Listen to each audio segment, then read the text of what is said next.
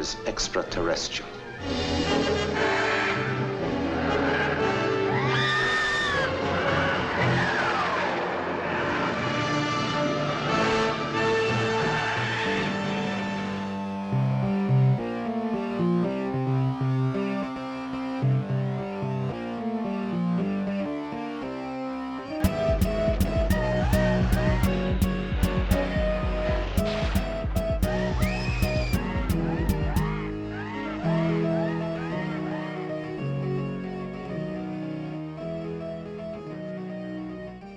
Welcome, troopers, to episode 27 of Real Jumpers, your favorite sci-fi podcast. I am your commanding officer, Terner Thompson, and joining me today are my elite squad mates. Jumpers, introduce yourselves. What's up? That requires effort that I just got off of a shift from, and I need to go into a double shift. How dare you? I didn't sleep last night At all? at all. Oh, That's so baby. depressing. Oh, baby.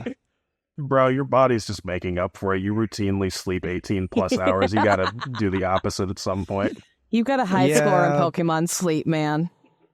You know, back when I was playing it, I did almost always max out the time and go over, or I only got like 3 hours of sleep. There was no in between. Here, absolute minimum or absolute maximum. He's sleep maxing. All right. God damn. Everyone, introduce yourselves, please, really quick. All right, I am our, what do we call my, what was my History title? specialist. Oh yeah, I am the history specialist, Nikki, aka a Kimmy Liar, aspiring VTuber, and now I'm here. Dom, it's your turn. I was building suspense. God. My name is Dom, and I've had a glow up. I'm beautiful now. I took the 10-month training course on how to be a Chad. I wake up every day, I write 10 books and take a 5-mile run. And then in between, I read 7 books. Then I record the Real Jumpers podcast. And then I read 5 more books. Then I spent 12 hours straight trading stock. No, hold on. Very, very important question. What kind of books? Manga. Oh, you just... It's not even business or anything. It's just like Rent a Girlfriend. Why? No, not Rent a Girlfriend. It's getting a fifth It's season. getting a 5th season, yeah. Get it out. I know. The mother had someone that genuinely loved him and goes after the person he's still paying for. Nah, you deserve to be shot. See, this conversation right here that you're having, talking about it, is exactly the reason why it's having a 5th season. No, it just sucks. All right. Where were we? Oh, yeah. Hi, everyone. It's me, Dennis. Got a mech expert, everything in between when it comes to mechs and giant robots. That's all I got for today. I'm tired of working. Hey, dumbass host, you're next. Okay, usually we go me last, but all right. Sure, whatever. My name is Steve's Turner always Thompson. last. Whatever. My name is Turner Thompson. I'm a VFX specialist and, or excuse me, I'm a VFX artist, not really a specialist. And pretty much all of this is going into the Patreon. Hey guys, it's me, Steve. I'm doing good. Slay the Spire 2 came out. Oh, God. I am absorbed in that, and Megabonk, and HoloFest just happened, so that was fun. And this explains the lack of sleep on Steve's part. No. That was a few days ago. I'm doing good. I'm tired. I hope you all are doing better than I feel right now. Drink some water. Pet your pet. Aww. What if I drink my pet and pet my water? Mind if I open a Sprite live on camera? Hey, everyone, hear this. No, I don't think it even picked up. It didn't pick up. I don't think it did. It probably picked up in your recording, but not for us. Probably. Oh, I hope it did. All this banter is way more interesting than the movie we're about to talk about at this point. What are we talking? No, guys, don't you understand? The Giant Claw is one of the best kaiju films ever made. What are you guys talking about? I've known you for 6 years? I know you are lying through your teeth. Turner, I watched that movie twice. Once sober and once drunk off my ass. And I thoroughly enjoyed it more when I was drunk off my ass. Gee, I wonder why. Are you guys all trying to conspire? Am I being gaslit? Are you guys trying to tell me that the movie that we just saw was not one of the best kaiju films we ever what the fuck is? Why are you guys being so mean to me? Look, man, I only check out when there's an amazingly good movie. I checked out probably a quarter of the way through on this one, which means it's amazing. Yeah. I fell asleep twice watching it. Yeah. Oh, yeah, you did. We just hear Dennis snoring through the mic. Was I actually snoring? Oh, God. He was snoring, and then he tries to play it off like he wasn't asleep. Oh, no. Okay, so he does this all the time. He'll fall asleep, and I go, Dennis, wake up. And he'll be like, I wasn't asleep. I was awake. And it's like, you were snoring. He's like, no, I wasn't. I go, dude, why would I tell you were snoring if you weren't? Because you're trying to hurt his feelings. Because the government. We called him red-handed, too. So I sat there and says, everybody be quiet and start talking about something completely outrageous. And then we'll see if he was listening. And he was not. So today, troopers, we watched, I don't know why it's infamous, but it's the best kaiju movie ever made, The Giant Claw. It's not April Fool's yet, but happy April Fool's. Happy April Fool's, guys. Turner, guess what? I owe you me eating a hat because I finally found the damn button. Oh, he saw the hype button! But the thing is, it's not an actual button. It's in the comments. Ah. It's one of the things where you find in the comments, like, you could hype this thing. I'm like, Turner was right, but it's not a button. He smash cut to me, like, emerging from my conspiracy room. Red string is everywhere. My hair is an absolute mess. My beard is, 4 inches long. And you can tell that I'm, got some, mustard on my shoulders. Like, you see? I'm not crazy. I knew the hype button exists. You didn't believe me, but I know it was real. Guys, I think Turner got into the Nornell again. Yeah. The hype is real. The hype is real. Execute that man. I want every gun we have to fire on that man. Blow that piece of junk out of the sky. Yeah. Oh my god. I guess we're just going to jump right into it. Remember that everything we say in this podcast is for entertainment purposes only. Any alternative facts we present are for your amusement, so feel free to correct us in the comments below. Do you guys have anything to say before we get started? No. Try watching this movie drunk as hell. It is enjoyable if you turn this into a drinking game. I had an amazing hangover the day after. That's great to know. I've never had a hangover before in my life. I'm sorry. Me neither. That's your loss. Now then, ladies and gentlemen, gear up. We're jumping feet first into the worst Giant Monster movie I've ever seen. Oh, God. This is Real Jumpers. Now let's drop.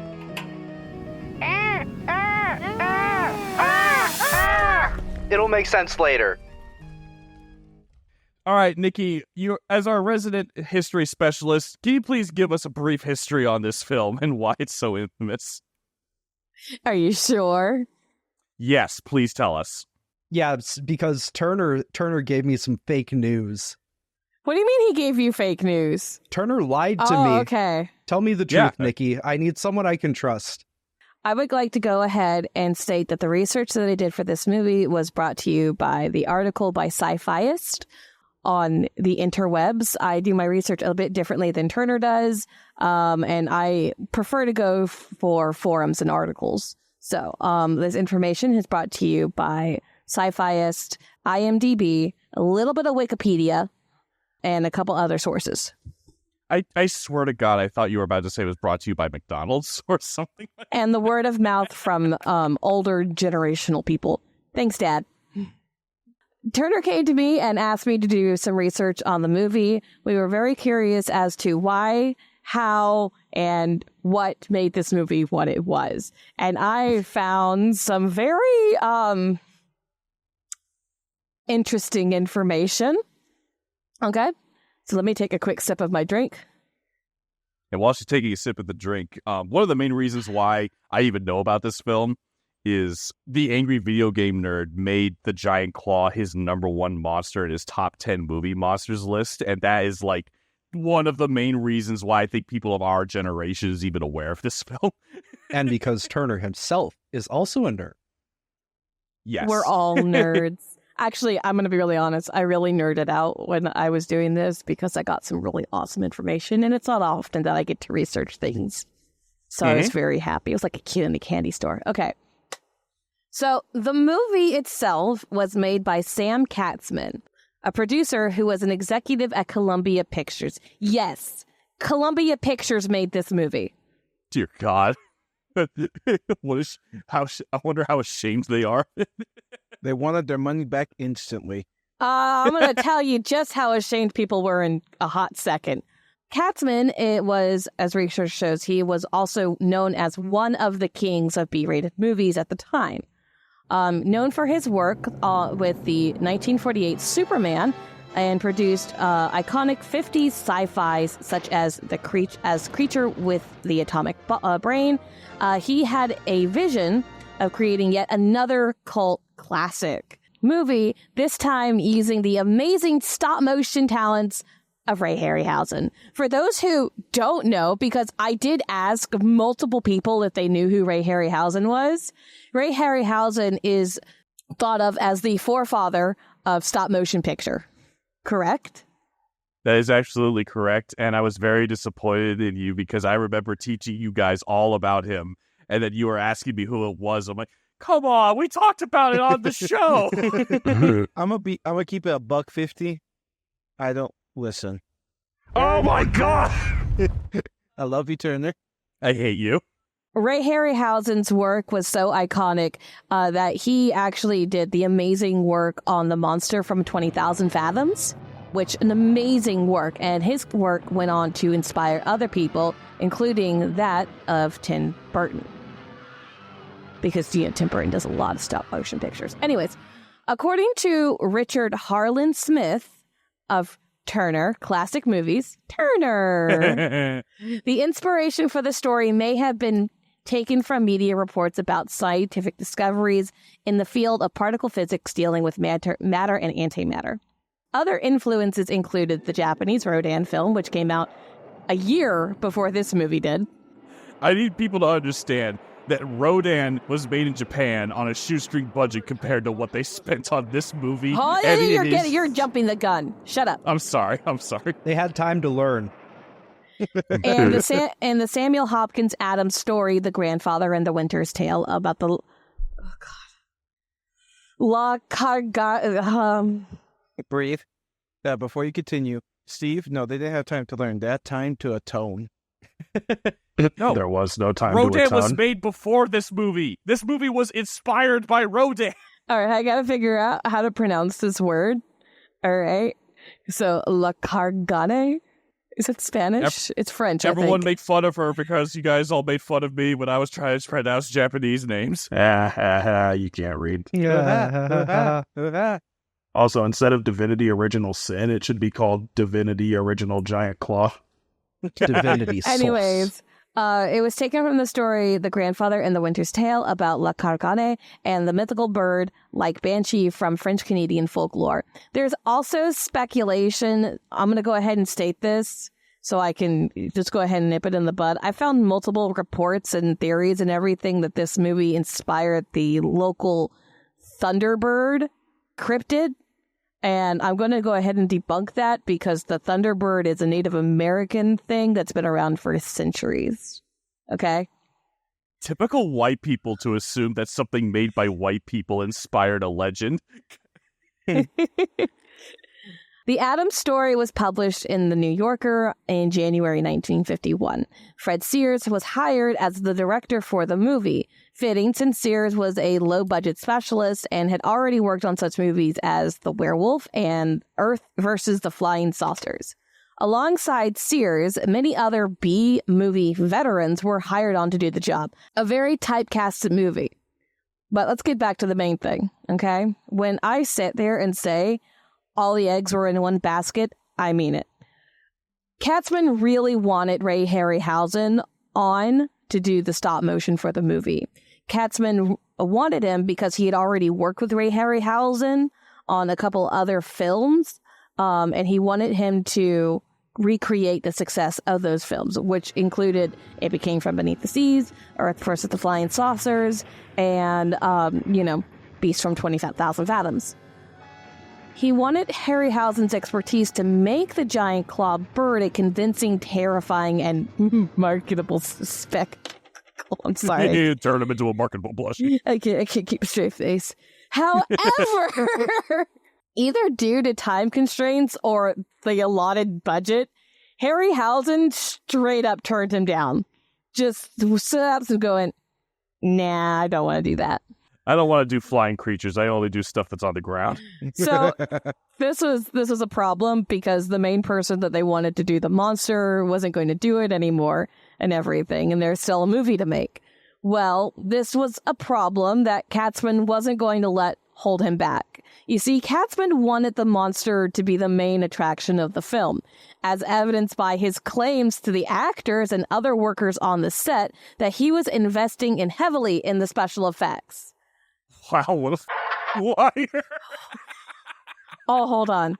Katzman hired Jeff Morrow, who was in This Island and Kronos, to play the electrical engineer, Mitch McAfee.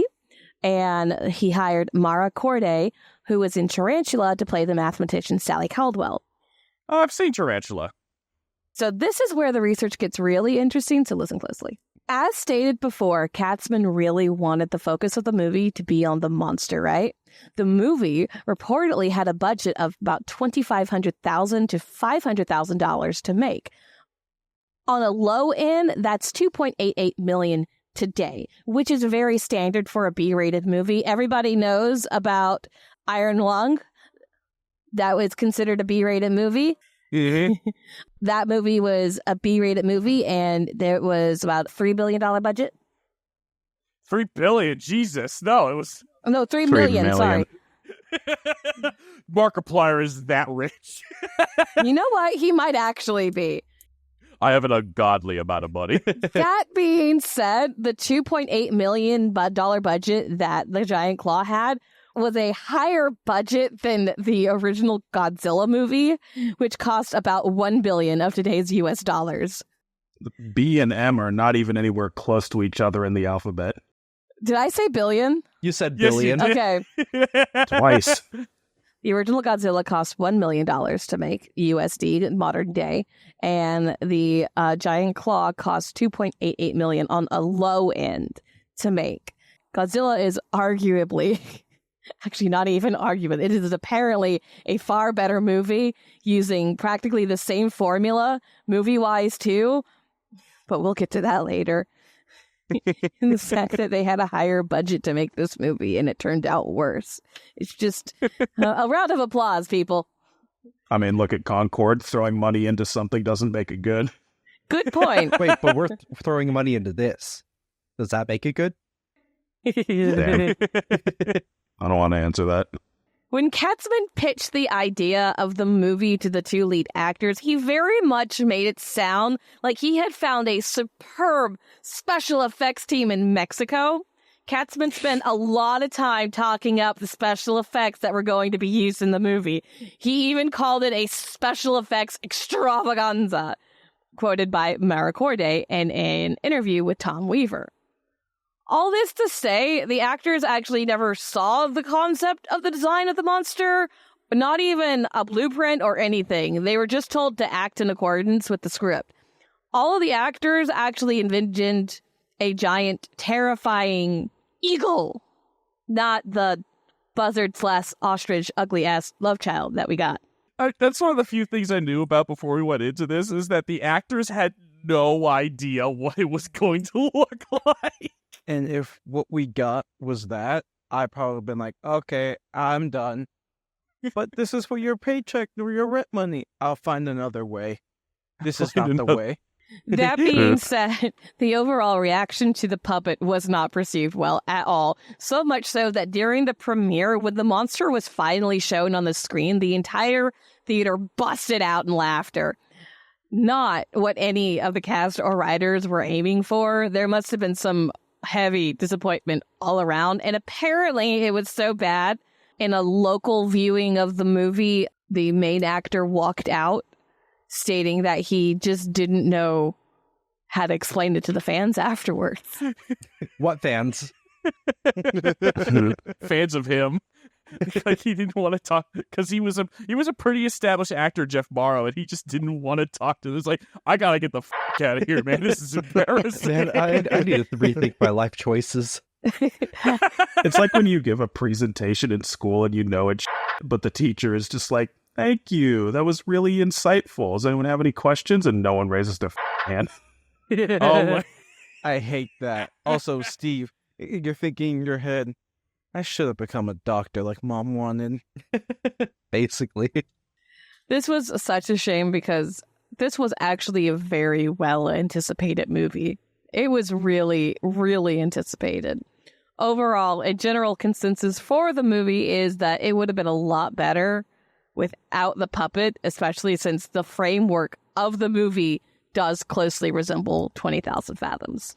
A protagonist discovers a monster. No one believes him. He acquires a female companion with whom he investigates and tries to convince those around him. Eventually, a mystery regarding the monster is solved, and it is found out that it is moving towards a major city, which it will wreak havoc upon it if it cannot be stopped. However, it is invulnerable for some reason. Finally, scientists and the military in cooperation find a way to kill the damn thing, but it means someone will have to put up his and hers, which Spoiler means warning. has to put his life on the line in order to save humanity. The script is cliche and has some terrible dialogue, but Some terrible dialogue. Sorry to interrupt.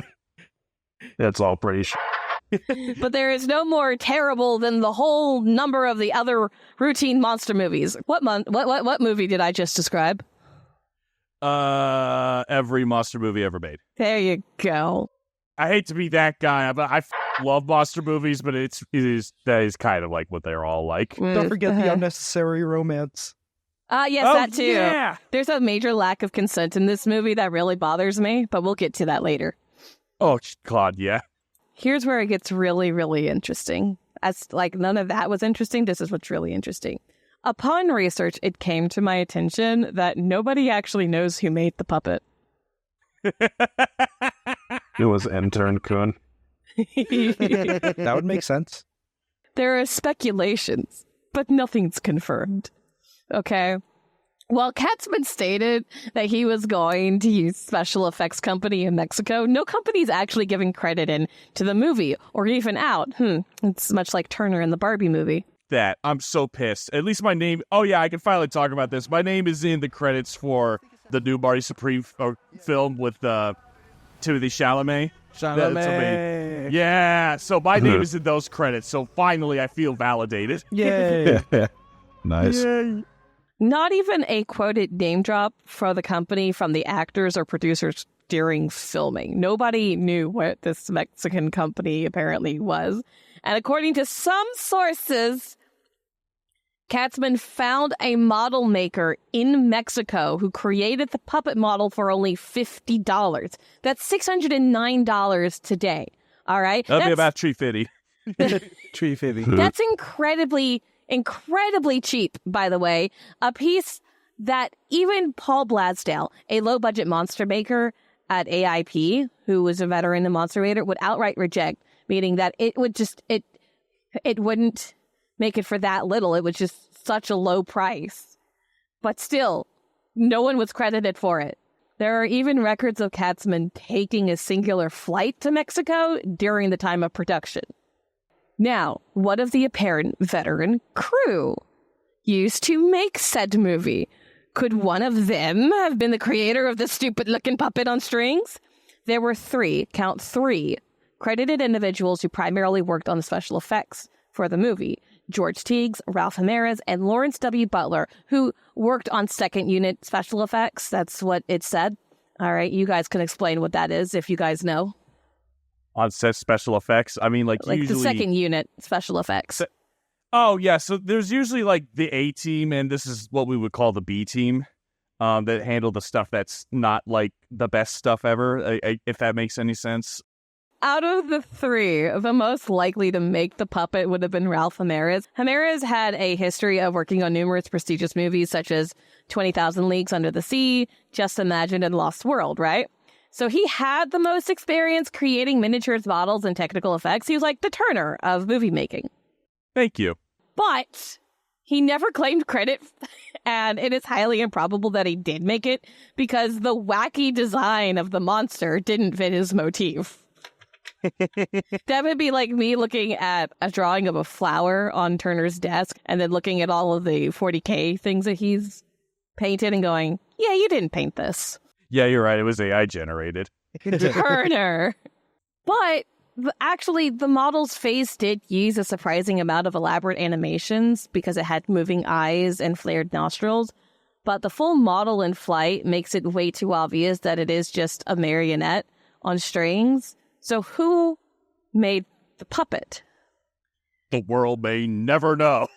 I Probably not. brought this all up to my dad because I wanted to see what his opinion on it was. And because my father is such a big reason as to why I like the things I like, I was wondering if he had actually seen the movie and if he knew anything, right?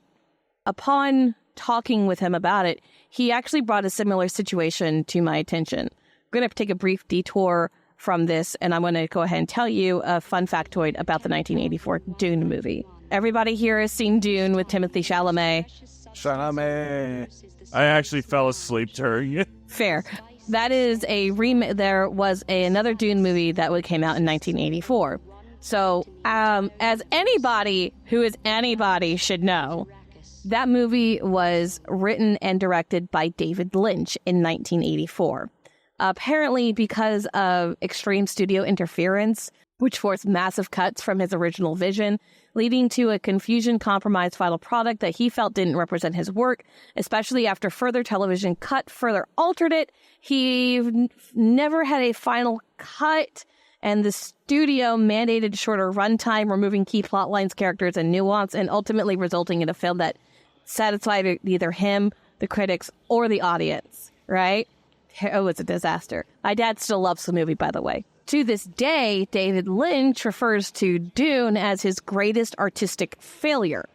So much so that in the credits of the movie, he is cited as the pseudonym as the director of Alan Smithy and the pseudonym writer Judith Booth. Why is this important? Because what if the maker of the puppet was so disappointed and embarrassed by the creation that he didn't want any credit for the damn thing? That does happen sometimes. So, with that being said, what we found out is the movie itself was actually perceived pretty well. It was rated as a sci-fi horror, but it still became a cult classic purely because of the puppet itself. Because the puppet was so iconic, people remembered the movie in their own way. Honestly, anytime I think of the movie, I can't think of anything other than the giant Skeksis looking from Black Crystal. Just every time he flies around, I'm thinking of the potato that's hooked on like the ceiling fan. A potato's floating around my room. And you have you guys seen that Vine? I don't think I've seen that particular one. Around my room. That one. So the overall consensus from a lot of people where it's like the acting for the movie was great, the lead up was great, and everything. If they just didn't have the puppet, it would be a lot better. The movie itself really just suffers from the fact of poor planning. The puppet. Poor planning. Katzman really put all of his eggs in one basket with Ray Harryhausen, that when that fell through, I highly doubt he just had a backup plan. And it led to this. And history was made. Yep. All right. Well, thank you so much. I believe now let's just talk about the story of this movie, because this. What story? I've already explained the entire story, Turner. Like I said, I can't remember anything except the puppet going anytime flying around. Wait. I do remember something else about the movie. Sally Caldwell's nose moved up and down whenever she talked. Maybe she was a puppet. Ooh. So, all right. So let's get started. Okay. This movie, shockingly, has like the exact same opening as The Deadly Mantis. If anyone has ever seen that movie, they're up in the north. They're like, it's all about radar. Radar is the man. Russia can't touch us anymore because we got radar. You get it, kids? Radar. I don't get it. I don't think we get it. I don't get Well, it. you see, there's this thing where we're all terrified of the Russians, and we had to set up we basically co-opted the entire Canadian Northwest with radar stations. I don't get it. Whatever, you. So we start with our story with a character named Mitch McAfee, who is an electronics engineer and a pilot, and apparently a theoretical physicist later on, but that's not important. He's mid-flight, and he's aiding his team to test radar installations, and Mitch is casually sexist towards the mathematician Sally Caldwell. Just very casually. She's just a woman. He can't believe that she knows how to do math. Women doing math in this day and age? This movie was made in the 50s, just so You people can tell. Yeah. Yeah. Especially given what happens later, Jesus. Dude, they thought they were being progressive by giving her a job in the first place. Oh my God. that was terrible. Yeah, kind of. Oh my God. So, like, they're doing science. So the guy pulls a Top Gun before Top Gun was even a movie. He's being a dick to everyone, and Sally's like, dear God, he can't get away with this. And the Air Force is like, that's right, ma'am, he's not Air Force. He makes his own rules. And so does a 3-year-old child when his mother spanks him. And Jesus Christ, over Like, what the does that even mean? And then over the radio, Mitch says, "Mother, dear mother, I am ready if you are." And I'm like, whoa, whoa, whoa. The 50s were a weird time. Dear God. This reminds me of that a Family Guy episode where Chris learned how to flirt with women from 80s movies and then went to jail.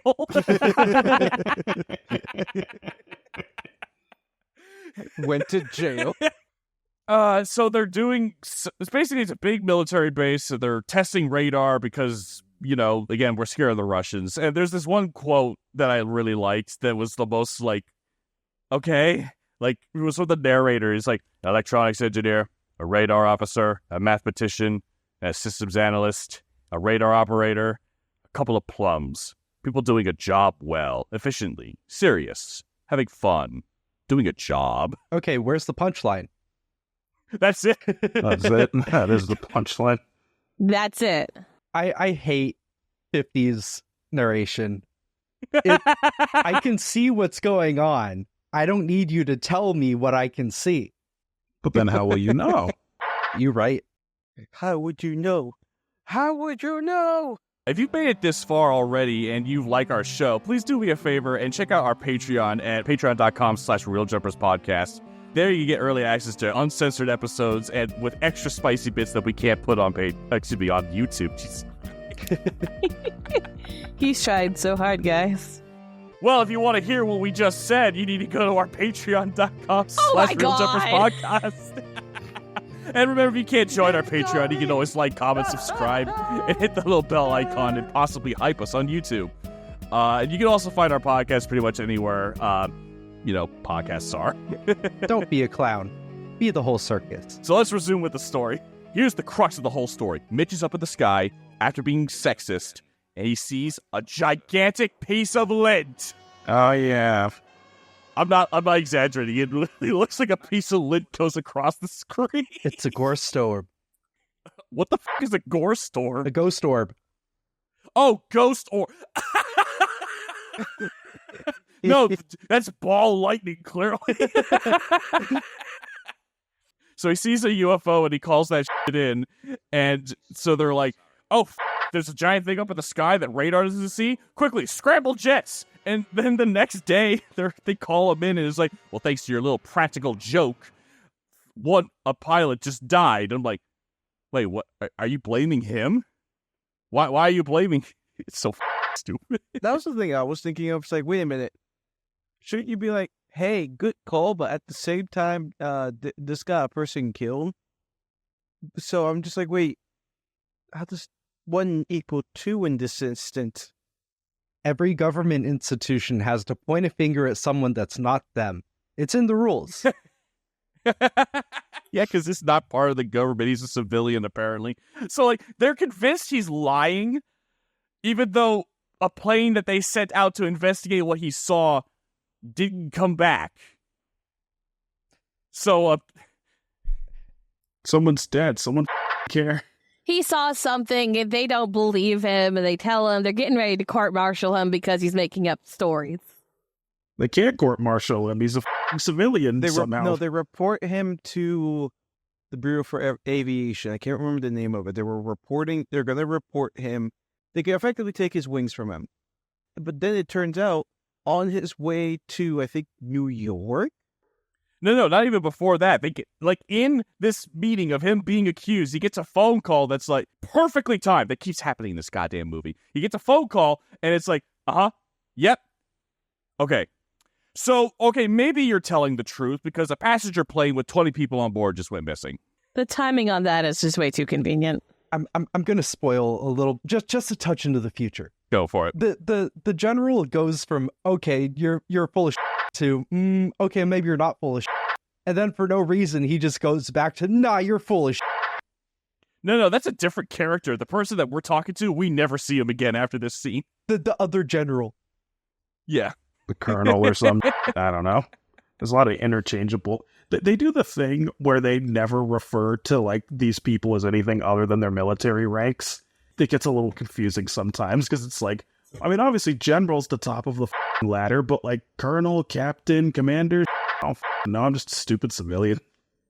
Well, it's because I did my research. I actually know the names of the two generals that they talk to later, but They actually have names. They actually have names, and I'll get to it. So, Mitch and Sally, the two leads of this movie, are ordered to board a plane to Washington for questioning. And while they're out there, their pilot sees the dreaded piece of lint, and then they careen into the most unconvincing crash landing I've ever seen. Oh, yeah. They throw the little toy plane across the screen, and it crashes so, like, perfectly. It lands on its belly and, like, slides a little bit and, like, doesn't even upturn like a normal plane crash and get out of the loss of momentum would force it to. And it catches on fire for no goddamn reason. A proper explanation would be, when you throw a paper airplane bad? That's basically what it looks like. So then Farmer and known Giga Chad Pierre shows up and it's like, are you guys in trouble? Here, I'll help you. I'm going to house you. I'm going to feed you. I'm going to give you some of my private reserve. Like, dude, Pierre, what a Chad.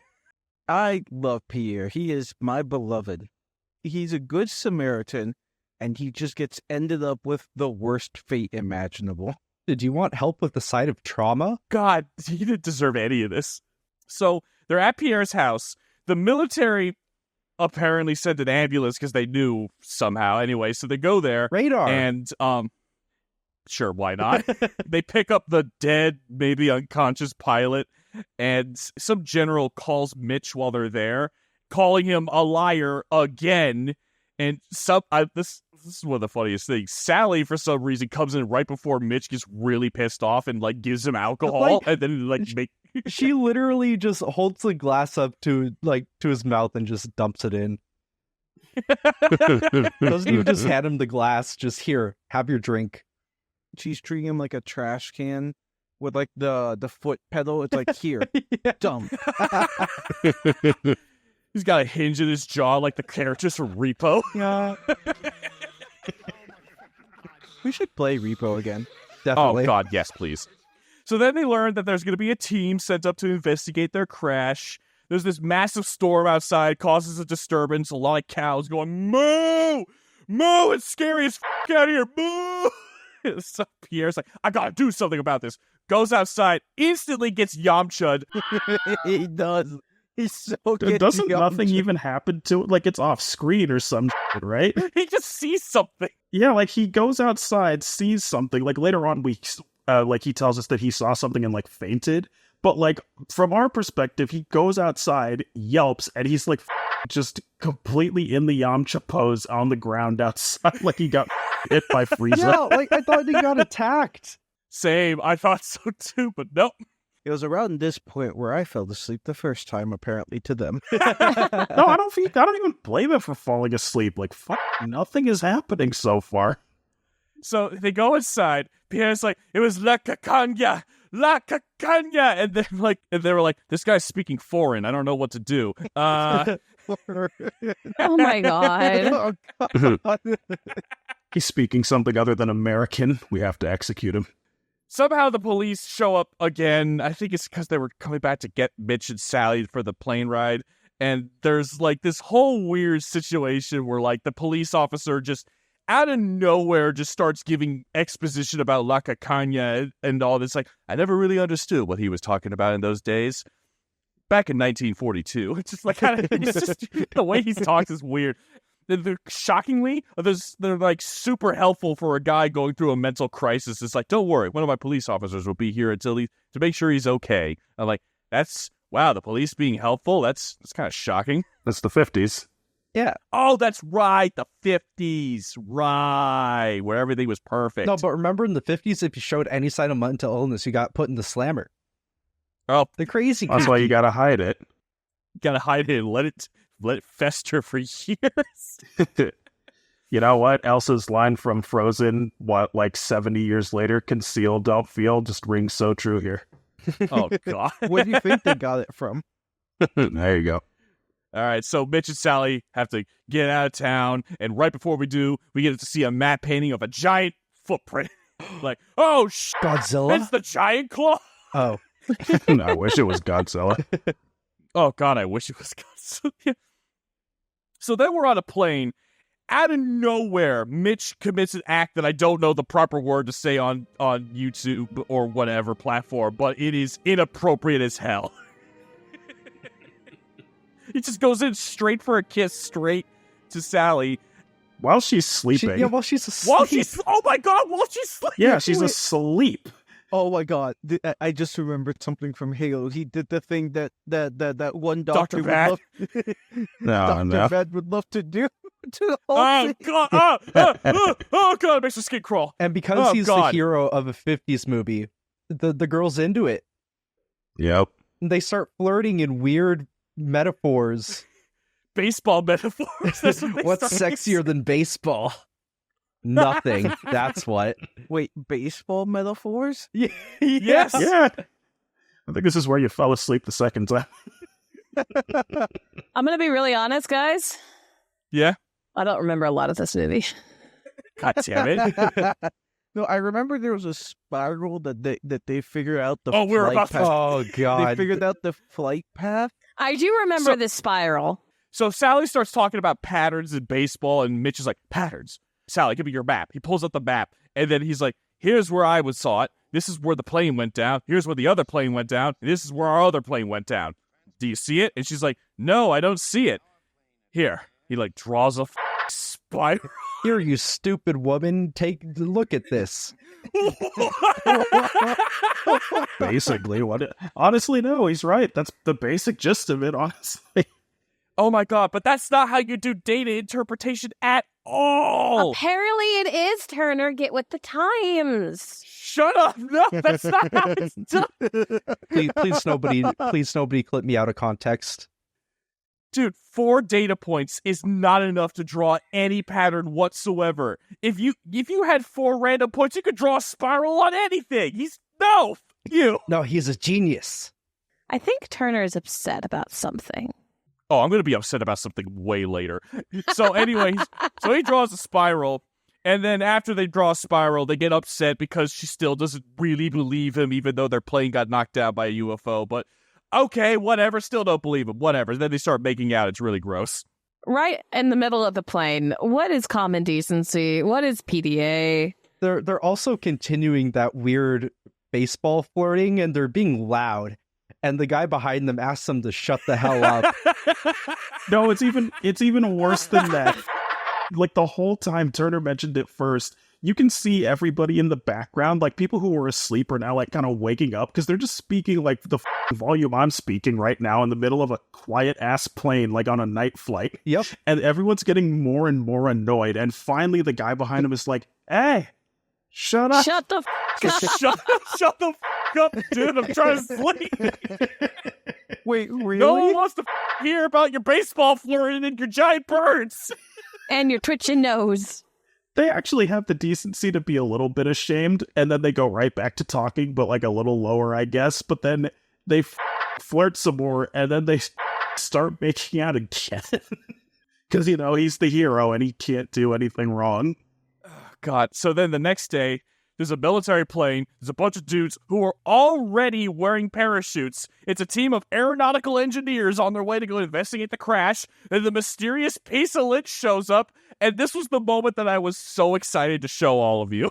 Dude, when I saw the researchers just randomly wearing parachutes in the plane while they were doing their researcher stuff, it pissed me off like nothing else. Like, there is no reason other than that they had some kind of forewarning that something was going to happen to be wearing those parachutes. What, you don't take your government-issued parachute with you whenever you're on a commercial flight? No, you took mine. Oh. So while they're on the plane, the piece of lint comes into focus, and it's no longer out of focus, and it is the greatest reveal in all of Kaiju history. The giant claw!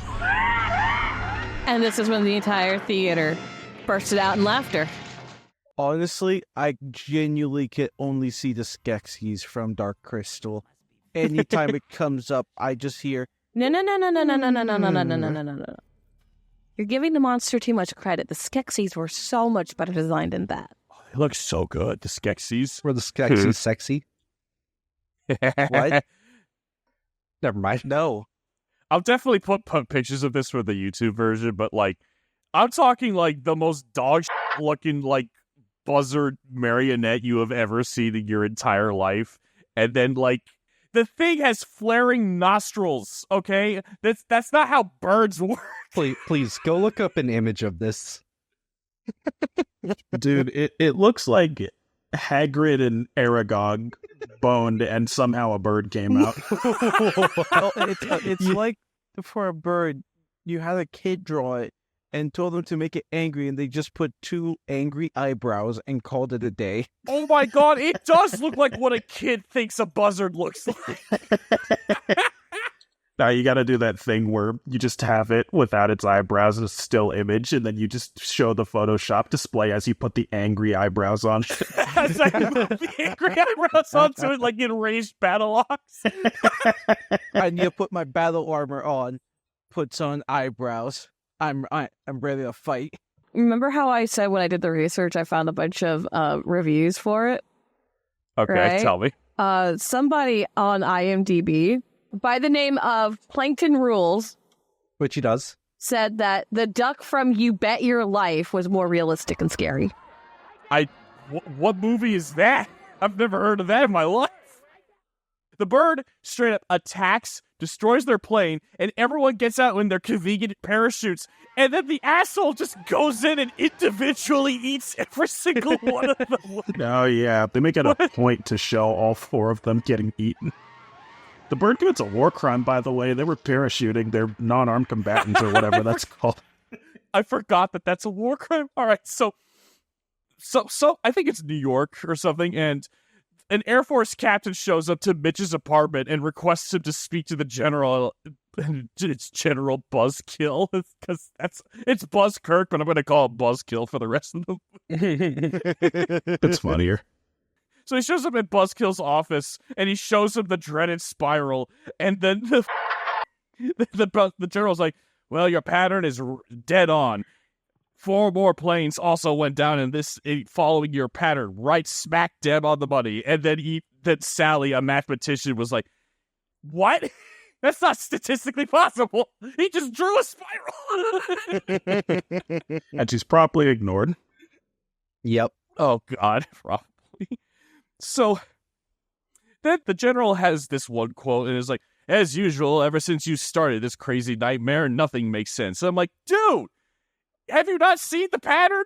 It's not his fault, man. All he did was warn you. He who smelt it dealt it, I guess. Yep. That's so dumb. And then this is where they start mentioning that it's a bird as big as a... Well, I mean, they started it earlier, but it's like, it's a bird as big as a battleship. It's as big as a battleship. It looks like a battleship. It's like the tagline of this whole movie. I took a drink whenever they said that. Yeah, that was in the drinking game rules I found. Take a drink whenever they reference a battleship or say it's as big as a battleship. Should we post the drinking game rules in the description below? Sure, why not? I'll do that. Awesome. So they were all talking about, it's like, there's this giant off bird up there that we can't see it, and it's killing all of our men, and we can't even see it on radar. How is that even possible? And then Sally mentions, like, wait a minute, we were doing Earth calibration work with weather balloons and maybe one of the balloons took a picture of it. And they're like, my God, that's amazing. We should totally do that. Even though I still believe that the Earth is flat and that we don't need to do Earth calibration, we should totally look for that bird. Hey. That was like one of the jokes. It's like, I wanted the general to be a flat earther. just for no good reason. You know what really gets me about all of this, Turner? Mm-hmm. The 60s is when sci-fi movies started, kind of going a little off the rails with their science descriptions and everything, right? Usually in a movie before that was like in the realm of possibility that this could be what was going on. And this movie just gave me a headache. This was 57. And yeah, that's why it's like, it's the 60s when sci-fi, got a little off the rails when it came to science. So what the hell's going on here? This was 57. They saw Rodan and thought they could do the same thing. It was their experimental phase. It was their experimental phase, like with Disney. They go and round up some of the weather balloons before they need to crash in Roswell. Oh, no. Roswell technically happened before this because they were talking about flying saucers. So this was before... This would be after Roswell crash. This is like one of my favorite scenes because the irony, because of what I know in hindsight, is just great. So a bunch of military men and Sally and Mitch are in a room and they're like setting up the projector like it's, it's like, all right, get the Scantron and, not that scan. What do you call the... Oh, what's that projector that all the classrooms used to use in our generation? Oh, God. It's the one where you could, put the... I don't know the name of it. It's actually called a light projector. Whatever. They pull up a projector, and the irony Turner, is that... It's called a projector! Cool, it's a projector! So they set up the projector! And it has... The irony of this scene is that every actor in this room is acting their heart out. Like when they're about to be shown pictures of the giant claw, because they didn't have anything to work with. They never saw the bird, so they're just pretending to see what they're seeing, and then they're all putting their hearts into it, and then we see these stupid pictures of the bird. That's the best part about this movie is the acting and everything is so serious and everything and on point and fantastic. The actors did a fantastic job. And then you got the stupid bird. It's just great. Serious moment, stupid ass ugly goofy bird. Serious moment. Wait, what? One of these things just does not belong here, and I think it's that. Goofy air bird. They literally cannot hide their disappointment. Yeah. So seeing the bird for what it is, realizes like, oh my God, we're being defeated by a marionette. Quickly, sound the alarm. It's a bird. It's a plane. It's a puppet. So he decides to fly Mitch and Sally with him to go meet General Constantine, or whatever the hell. Constantine? Fine, we'll call him Buzzkill and Constantine. F it. Cool. In Washington, they still hammer home the question, okay, but how the does radar not track it? And so, this is the part of the movie where going forward, all of the men are super gay with each other. Gay. When I mentioned gay tendencies earlier, I meant it. That they have some backdoor implications going on. We're being a bit exaggerating, but it's like the entire movie is just get mad at each other, and then they're like, no, it's okay, man, it's okay. They start patting each other on the back. Everyone in the room is patting each other on the back. It's like, we're all trying our best, man. No one's mad at you. No one's mad at us. We're all doing our best. It's okay, man. It's okay. It's a huge support group, and I'm like, what the what is going on? So no one can figure out how to track the thing. So they're like, all right, screw it. So we sent out hundreds of planes all across American airspace. We're looking for the son of a right now. And then out of nowhere, like right as he mentions that, conveniently they get a phone call. It's like, cool, they found him. Guys, they found the bird. All right, it's time to kill it. We found it. It's over here. And it's got what do they have? Well, they don't know what it does yet. So the general says, our planes are armed with cannon, machine gun, and rockets. This should be the end of the big bird that was there, but it wasn't. You should be able to hear it as it happens now. And he turns on the radio, and I love this whole scene's really funny. So a squadron of jets moves in, and all the pilots start shouting weapons-grade 50s slang and yo mama jokes at the beast. Not yo mama. That's pretty much just what he says. Like, man, I'll never call your mom an old crow again after looking at that thing. So that was actually kind of good. So squadron leader is the worst actor in this whole movie, and he's trying his best to sell mortal dread. Oh my. This whole scene is a intense flip-flop in quality of visual effects. The rear projection for doing the pilots in the plane and the stock footage they use, really nice. The bird itself, horrible. So it's this huge flip-flop between quality that's just over and over, and then people just keep... My favorite part is that the bird straight up catches one of the planes in its jaws, and it's a different model of plane! Was it the pilot that, like, during this scene is just like, oh no, look out? Yeah. Yeah. Yeah, it was him. Dear God, they like, got him. As they're being attacked, yeah, he's just like, dear God, they got him. Oh, look, it's coming for you. Look out. No, that's even too much for him. Yeah, what I just gave it was too much. And there at the very end, we start hearing him. It's like, oh no, it's coming after me. And you hear that over his radio as it gets closer. God. And the funniest thing in this whole movie happens as he's describing how he's going to die horribly. Yeah. The general just walks over to the radio and turns it on. He got sick of him sounding like he was being sarcastic about the whole thing. I guess. No, the joke I made was just like, he's like, oh my God, I'm going to be eaten alive. We don't need to hear that. He just turns his ass off. No, the thing that I was mentioning is like, watch it be. This pilot is doing maneuvers. He's having a genuine air fight equivalent to that like you would see in like Gundam. And it's like, I'm fighting it. I need support. He's getting nothing. It's just him. He's like, no, okay. General Buskirk, I might be able to survive if you send in some reinforcements at these coordinates right now that I'm reading off. Which is going to turn him off. You don't really need to hear what he has to say. No, that's the POV after you turn the radio off. He's like, guys, I think I'm winning. If you send me like 2 more planes, I think I can do it. Guys? He was a good man. We'll tell his parents he fought bravely. You weren't part of the ass slap circle. The life insurance would be fantastic. That's why they turned him off so they could cash out his life insurance policy. You'll be well taken care of. There was nothing we could do. We tried everything. We did not try. Oh, God. All right. So the general's is like, all right, all follow-up attacks, just call that shit off. And everyone in the room's like, well, what the do we do now? It's just a bird. Why couldn't we kill it? You guys just want to nuke it? Yeah, let's nuke it. Why wasn't that a decision in the first place? Well, you don't go straight to nuking something. But it's America. That's usually our go-to option, isn't it? No, actually, shockingly, no. Really? Because in Godzilla, that's their first option. Well, we use bringing atomic weaponry. Yeah. But then everyone says that's a bad idea. Remember, I've been trying to hammer home. They don't nuke them because one of 3 things is going to happen. Either you kill it and you made an entire area uninhabitable.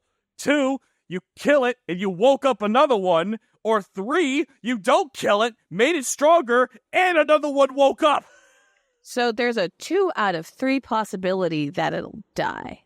I'll take those odds. Yeah, so will I. Hey, XCOM odds. That's pretty good. Mm-hmm. There you go. I'm an XCOM man. So Yeah, they're going to try and nuke it, and then conveniently, while they're all wondering how the we can't hurt it, they get a phone call from a scientist. It's like, I have the answer on how you can't hurt it. I hate how convenient every time they bring up a question, someone calls them to give them the answer. You know, it's kind of like, you know, when you play any of the Pokemon 64 games where it's like, oh yeah, I saw it right here, and they just have the exact coordinates for you. And not just that, but also the phone call too. It's like he was already listening in. Calls him like, I know what you need to help with this problem. It's like, how the do you know? We just had this conversation. You were even here. They're in the walls. They're in the walls. So they go to the Science Cave, where Dr. Neumann teaches them the class about antimatter. Really brief. Antimatter is a real thing. Basically, in an atom, there's a positive interior and negative exterior, and antimatter is the reverse, or it has a negative interior and a positive exterior. And one of the neat things about antimatter is that when antimatter and regular matter meet, they do a thing called annihilate, which is where they literally explode. And it's one of the most powerful mass-to-energy conversions in the entire universe.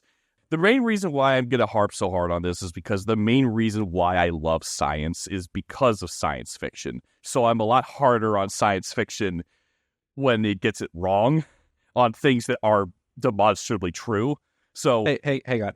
Just for context, Turner was up till like midnight, 1 o'clock or something, researching this on a call with us, and we could just, the whole time he was like, no, that's not how it works. And this is groundbreaking for Turner because he always goes to bed at 10.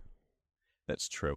All right, so for context, this was the 50s, so I'm not going to be that much of an asshole about this because maybe they didn't know about certain things. But the scientist claims that somewhere out in space there must be like antimatter planets or antimatter galaxies. None of this is true. Like, as far as we are aware, the entire observable galaxy is just regular matter. That's actually one of the mysteries of the Big Bang, is like they don't understand why it's all regular matter. Why isn't it like a 50-50 split? So that's a big mystery. He claims that the bird has an antimatter force field, which, if this was true, everything around the bird would be exploding constantly because they kind of forget that air is also matter. No, it's not. You can't see it. Shut up. Also, the other part that really pissed me off is like, of course, if it had an antimatter shield, no one radar would go right through it. I'm like, actually, that's not true. Antimatter is just still matter. Radar bounces off of it just the same, so you would still see it. This is not true. They also examined one of the feathers of the bird, and I actually liked what the scientist said is like, or we call it a feather, we don't know what it actually is, only what it looks like. And I'm like, you know what? Kudos, man. That's what a scientist should say. We don't know what it is. We only know what it looks like. That's a fucking aliens, dude. And he says that the bird's feather is made up of no elements recognizable by man. And if anyone here knows chemistry, or at least the periodic table of elements, if this was true, that this thing was made up of elements not recognizable by man, it would imply that it would be super heavy and super radioactive. I always hate in science fiction when they're like, it's made up of elements not found on Earth. I'm like, that's not how elements work! It's made out of nth metal. Gundanium. Nth metal. Unobtainium. You with your Gundanium, unobtainium bullshit. Goddessium. God, my suit is made up of a titanium, vibranium, adamantium, unobtainium, gundanium, godzillium alloy. I am unstoppable. That's Batman with prep time. Also, it's magnet resistant because you, Magneto. Yeah, that's the science stuff. All right, so after this, the world gets a good look at the puppet and everyone starts to freak out. Like, holy shit, it looks bad! And then, shockingly, however, when the bird was spotted in Detroit, the crime rate fell nearly 5% for roughly 4 hours. So despite destroying a small building while he was there, the city saw an overall positive gain from the bird's visit. It's just a casual information drop that probably doesn't mean anything to the story. Wasn't it also here where, like, you saw it fly over the city and it was, like, on fire? We made the joke. It was just Detroit, but just now with giant bird. Yes, it was That Detroit. was just Detroit, man. That was already the bird didn't do that. That was already happening. Here's what it looked like before the giant bird. Everything's on fire, women and children screaming. And here's what it looks like after. Exact same, but there's a f***ing bird. Can't have Detroit. So, all right. So days or even weeks later, Mitch and Sally apparently live together now, and he keeps her around to do math. Sounds really bad. It does. This is my math wench. Oh no. Mitch is obsessed with finding a way to kill the bird with science, and he can't sleep. And he admits that his current idea is completely pulled out of his ass, but he just wants to be able to do something. Sally says that I've been thinking about the bird too, and why did it even come to Earth? You know what? Pierre said that it landed. You know what? It might be building a nest. And then it's at that point that Mitch calls General Buzzkill and claims that he came up with the idea of the bird nesting because he's a man. I'm just kidding. They didn't actually do that, but that's what it feels like. Mathematician mention? No? Okay. No? Guess not. So he says, like, General Buzzkill, I'm going to need a plane and a helicopter. Why do you need 2 aircraft? Yeah, I'll just take the helicopter. Meanwhile, the bird destroys everything in a quick montage, and the world has entered martial law. And some of the audio talking about this is kind of haunting. And then while Sally and Mitch are talking about this, the ass bird shows up to gloat and just flies away. He aura farms. He aura farms. So the next day they fly to Pierre's farm, and for some reason they drag the poor guy along in the helicopter, and they fly into a valley where footage of an actual buzzard is shown, and it looks way better before the puppet shows up, tries to attack them, fails, and Pierre's like, I don't want to do this, and Mitch is like, shut up! You get your ass back in there. Poor Pierre. Get your ass back here. Poor Pierre doesn't deserve this, man. So Mitch, for some reason, finds it necessary to carry both of the rifles himself while they trek through the wilderness because he's a man. And they find the giant claw's nest. Pierre's like, this shit, I'm out, and runs away like a smart person. And then Sally's like, well, I'm from Montana, I can fire a gun. And then for some reason, standard, I mean, probably high-powered, but just standard hunting rifles are enough to kill and, like, seriously devastate the egg that's roughly the size of an elephant. It doesn't have the antimatter shield. Yeah. Sure, why not? I mean, that is what they say. Yeah. It's because it. But I just love how Terner just becomes more flashbanged as we continue talking, disrupting his thought process with logic. It's like, well, I mean, whatever. Well, this is what happened. Like, well, no, yeah, it doesn't have the shield. You're right. This movie really is a just, f- it. I have to accept this. Do we ball? they successfully kill the egg, and in retaliation, the bird gently throws tree branches at them, but instead kills Pierre. My beloved. No. Not Pierre. He had nothing to do with any of this, and he went out. It can block rockets, but it can't get through a couple branches. Guess not.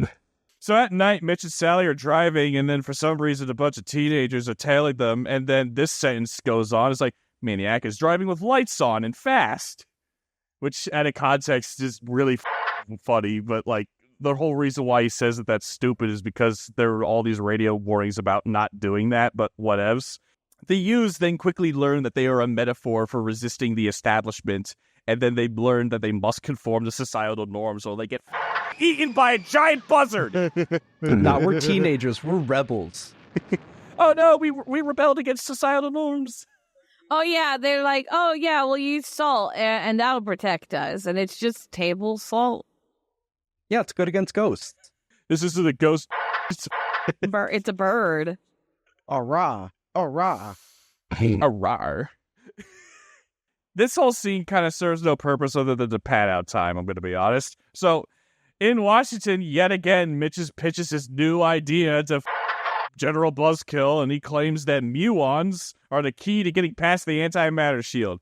A muonic atom is a real thing. Basically, it boils down to, based on mass and the atom is smaller, And his logic is because it's smaller, you can get past the antimatter and bond with it and make it inert. I'm like, no, dude, that's the same thing will happen when matter and antimatter meet. It'll just explode. So, also off screen, they nuked the bird and it didn't do anything. I forgot to mention that. I honestly didn't even catch that. At this point, I had been pretty checked out, so I didn't even know that it happened.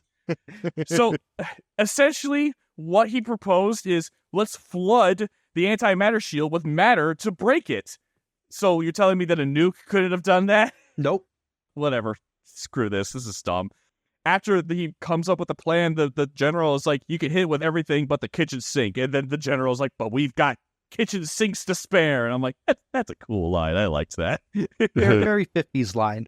So then the government deems it worthy that the most important project in the entire history of the nation, next to the Manhattan Project, only needs 3 people on top of it to make the Bionic atom bomb. So, yeah, that's a good idea. It's only 3 people. That's all we need. The entire bird has completely halted world economics and destroys everything that it sees and is thus killing people in the thousands on a daily basis. Now, 3 people's enough. Quality over quantity, Jesus Christ. Yeah.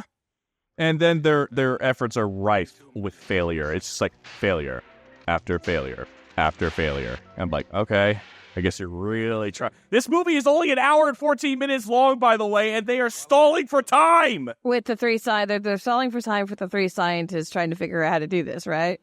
Turner didn't mention that the narrator was literally saying failure after failure while they were showing a compilation of them shaking their heads and being failures and Oh yeah, it's a sad montage. Can I bring up something? Yeah. Serizawa was able to create the oxygen destroyer in his basement alone. with a box of scraps.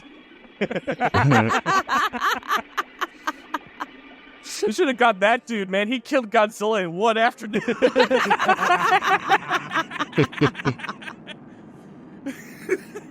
So, out of nowhere, in order, again, to pad for more time, the giant bird kidnaps a Class B Shay locomotive nearing the end of its service and just yoinks it. Yes, I did bother to look up what model of train that was. He had time. He just hates infrastructure almost as much as Godzilla. Mm-hmm. Almost. Funny editing, by the way. The bird catches the train and he just flies off with it, and then they fade into the science cave and everyone's asleep, and then there's a massive explosion, and literally all of us thought that the bird hucked a train. But no, that didn't happen. It turns out Mitch just blew himself up, and then he wakes up in the hospital and everyone's like, oh my god, man, are you okay? And he's like, what the f*** are you all standing around for? Don't you know my explosion meant it worked for some reason? He literally pulls like some Death Note 5D chess bullshit, like in the weirdest way possible. Like, you fool, I did it on purpose. That means that it worked. Why are we sitting around like idiots? Like, no, you didn't. You just got lucky. Maybe if you had explained yourself first. Something. No. No, just go on and nearly kill yourself. That's fine. Yep.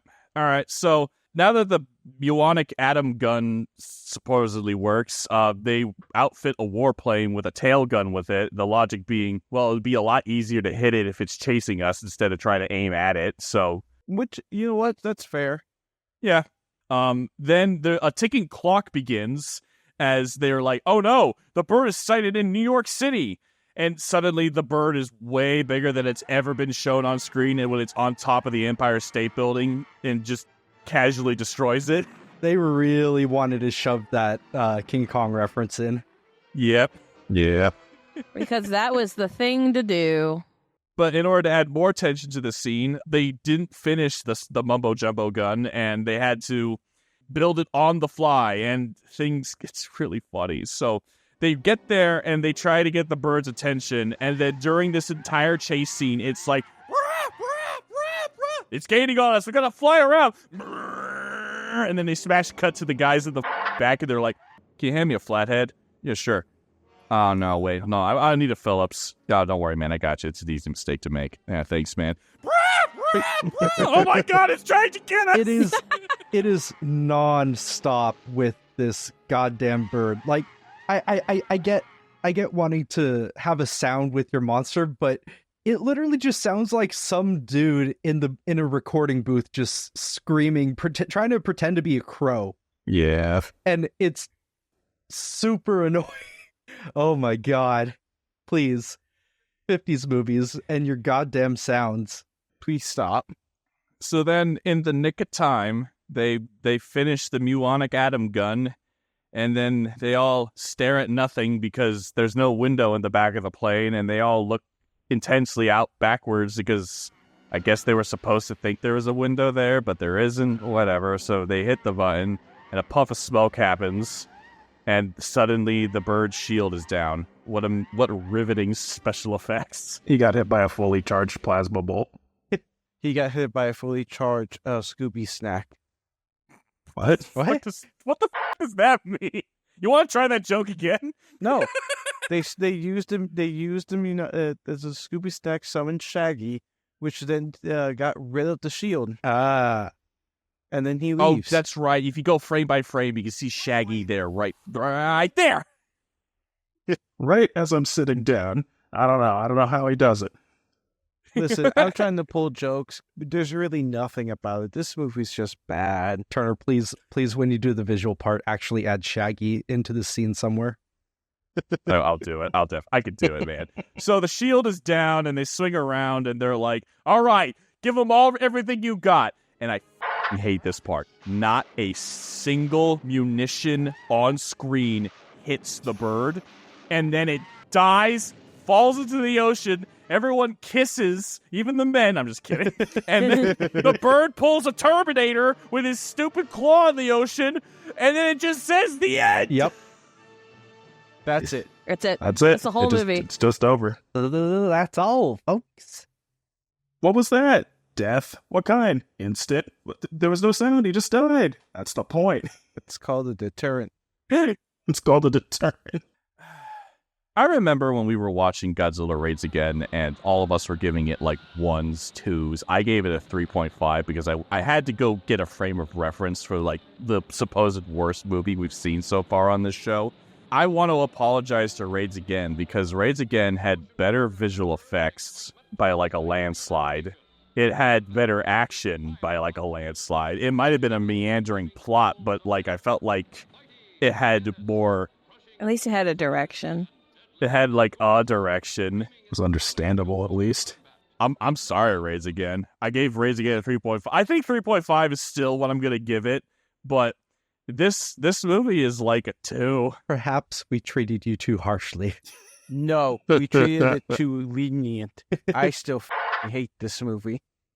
My final review for the Deadly Claw, or excuse me, I kept calling it the Deadly Claw because I kept mixing it up with the Deadly Mantis. The Giant Claw, I give this movie a 2 because, like, there are many things here where, like, I could see where A+ effort was put into it, and then the flow of conversations between people is so unnatural, and I'm not entirely sure if it's just because that's just how people talked in the 50s, but I've seen a bunch of other 50s movies, and I don't think they talk like this. And the convenience with every single time that they have a question, someone on a phone call has an answer, it really got on my nerves. And the movie is weird pacing, and the bird is just the most, like, I can't believe that they showed this to people in a major theater. That's my review. Someone else go. Honestly, I rate this movie a sleep out of 10. 2 sleeps out of 10. Two sleeps. There you go. Sleep out of 10.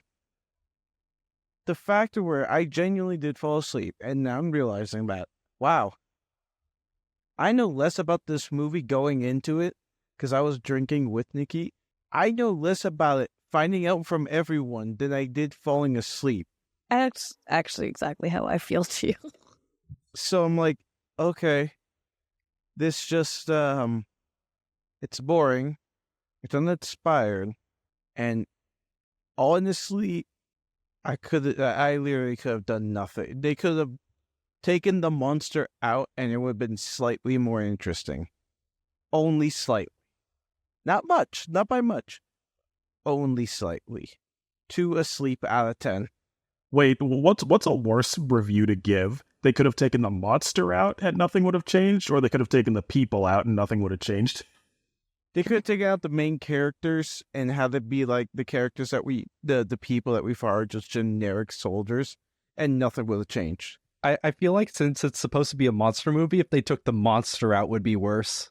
I feel like if they took the monster out of this movie, it might be better, because maybe if we never knew what they were actually up against and we never had to hear its annoying ass roar, it would have been better. Like in Twilight Zone. Yeah, there you go. I actually wrote down my review, and I actually go into that, and I can explain it for you. I just don't want to mess up my review. All right, fine. I'll go next. I mean, what can I even say that hasn't already been said? It's a April Fool's episode. Turner, you for making me watch this. I watched it twice with your dumb asses. I didn't drink either time. And I tried, damn it, to pay attention. I still can barely remember any of this. I've been following along with the script that we have in our Google Doc. I never follow along. You don't know why? Because I remember the goddamn movie. I didn't remember about this. That's how forgettable it was. The noises. Oh my god, it makes me want to unalive myself with a corkscrew. Oh yeah, I had to warn Steve ahead of time too. Thank you. Much appreciated. You warned Steve, but you don't warn me. That's because you could take it. I guess you could take it. Apparently, Steve can't take it. Yeah, you like those monster noises, you whore. No, I don't. How about warning all of us next time, okay? Turner doesn't care about us. We all know this. Oh. Steve is my backup wife, dude. Don't you know that? Steve's my actual wife, dude. All right, what's your number then, man? All right, I give this movie 2 women mathematicians out of 10. So another 2, got it. No. For him, it's a 1. Don't say that women are undervalued. I'm not. You're the one who came up with it, not me. I was speaking about the mathematical ratio that he brought up earlier with my review. No. If we use PEMDAS with 1 + 1 times right. 1 minus 2, and then you add a bunch of other, yeah, I actually give it a 10 out of 10. Sure. We're going with 2. F you. All right. Oh, Who's next? I'll go. Overall, I would give this movie a 1 on the Real Jumpers rating scale. If I were to just base this movie on the acting, it would easily be an 8, but there is room for improvement in the storytelling for me, especially in the characteristics of the characters. Lack of consent comes to mind. Ugh. Ugh. But Pierre makes up for that in some way. What a Chad. He's such a Chad. Also, the puppet has a giant role to play in this scenario. I also looked up the colors for the color release, and then I went and watched the color release movie in my own time because I was bored at work, and they could have at least chosen some scarier colors for that bird. My God. Well, that's one of those old recolor systems where, like, they didn't shoot it in color. They had to manually recolor it later. The bird is brown. Most animals are brown. The actors believe that this was a giant ass, like, bald eagle, and it does not look like a giant ass bald eagle. Not even color-wise. All right. But it also suffers from the same problem all of the other monster movies have, which is timing. You know, once you figured out that the monster is what the monster is and decided that it must be destroyed, usually around the 20 to 30 minute mark of the movie, right?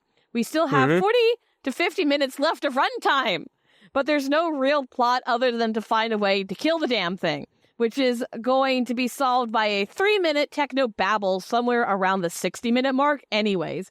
So what to do in the meantime? Well, in this case, detour back to Canada on a mission, destroy the bird egg, a logical development in a way, but the fact that the 2 scientists that undertake this mission are hardly credible. Yes, I'm sure there was some contrived effort to explain why the team of army boys couldn't blow up the damn egg.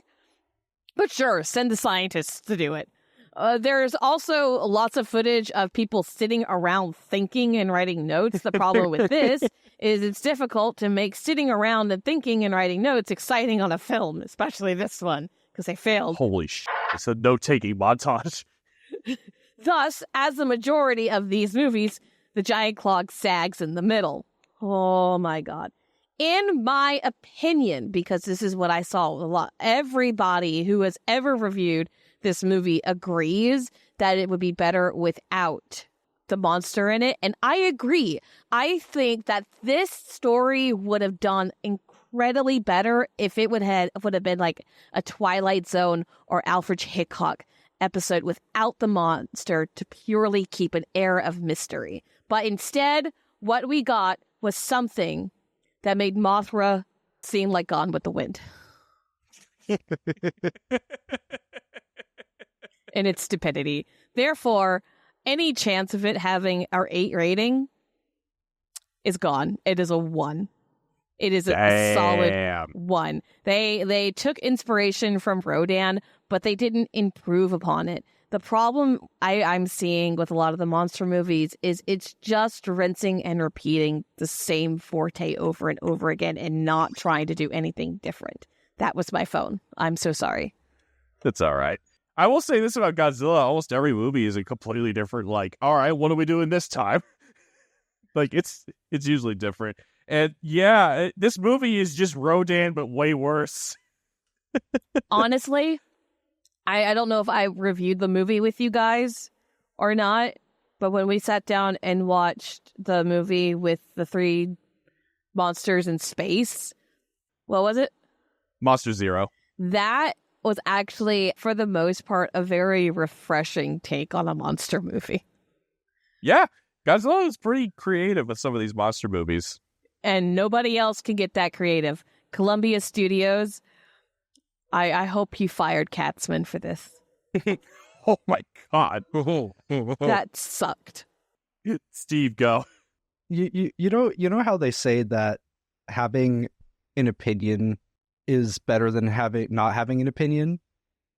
Yeah. I think this is the first movie I fully actually checked out on, like halfway through.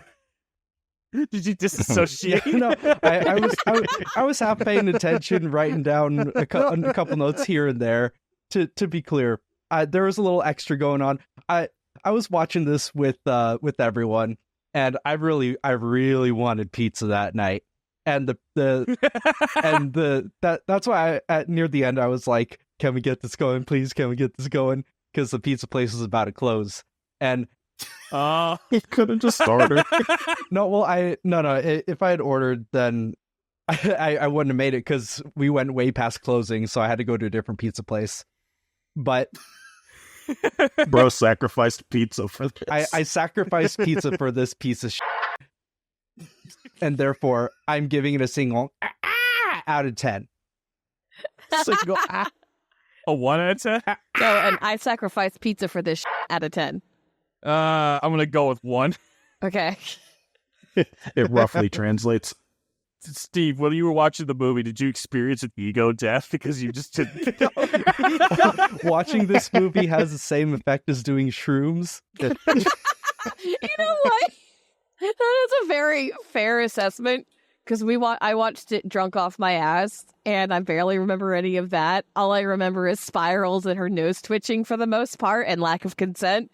And then I decided to watch it while I was at work. Sorry, boss. And for the first time ever, when I was doing my work, I was actually paying more attention to my work than the media I was watching.